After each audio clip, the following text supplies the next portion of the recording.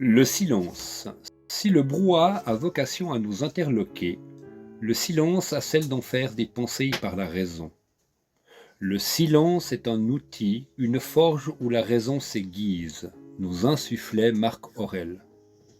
Mais il a vertu de temporiser aussi, tout autant d'ailleurs que celle de mettre dans l'embarras. Pour tenter de contextualiser le silence, je dirais tout d'abord que le silence absolu est comme tout absolu. Il n'existe pas dans notre univers physique fini. Ce qui n'enlève en rien au fait que nous pouvons avoir dans certaines circonstances une impression de silence absolu.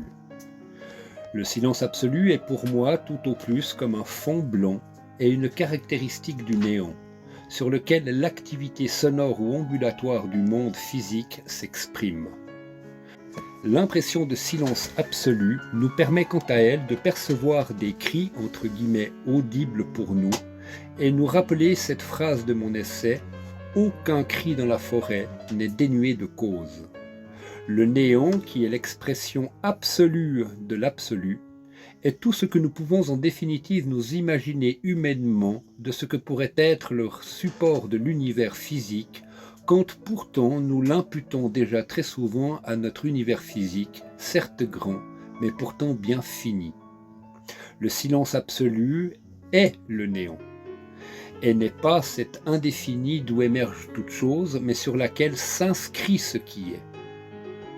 Je ne cherche pas à l'identifier au-delà, parce que, comme nous le rappelle Étienne Klein, le simple fait de penser le néant le fait disparaître. C'est pourquoi je propose le silence absolu ou le néant comme simple support, en sachant que c'est déjà trop.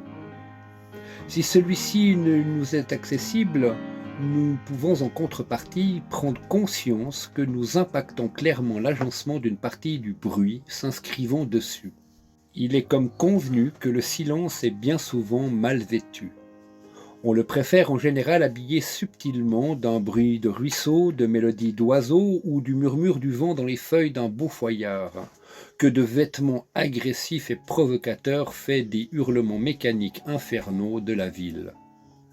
Nous reste à dûment choisir le lieu où l'on vit, pour être certain de fréquenter le silence dans son plus bel et son plus simple appareil.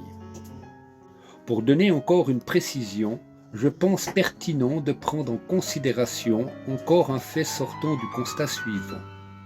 Il y a des choses que nous sommes physiquement capables d'entendre, mais émotionnellement pas du tout.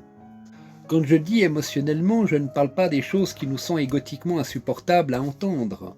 Mes rapports à une expérience assez connue est menée à Orfield Laboratory aux États-Unis.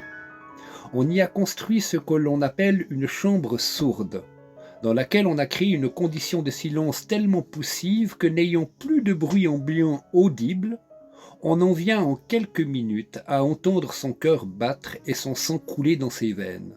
Cela génère généralement, en un rien de temps, une montée terrible et non maîtrisable d'angoisse, poussant les individus à sortir immédiatement. Conclusion sur un plan philosophique. Il n'est pas tant d'importance de chercher le silence lui-même que de chercher une condition de bruit plaisante, n'obstruant pas notre capacité à nous entendre émotionnellement, tout en ne l'exacerbant pas outrageusement.